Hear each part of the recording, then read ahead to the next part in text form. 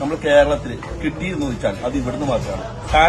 കാരണം നമ്മൾ ശരിക്കും ഞാനൊക്കെ UAE റെസ്റ്റോറന്റ് പേര് പറയുന്നില്ല, എന്നാലും ഈ ഒരു സ്റ്റൈലില് ഭക്ഷണം കഴിക്കുന്നത് പെൽത്ത പാറ്റ, പിന്നെ ഈ റൊട്ടിയുടെ പേര് മുലവ, അതുപോലെ തന്നെ ഫിഷ് ശരിക്കും ഇത് അൽഫ, യോജോ കബാബ്, ഇനി ഓരോ സാധനങ്ങളായിട്ട് ഞങ്ങൾ പരിചയപ്പെടുത്തുന്നുണ്ട്.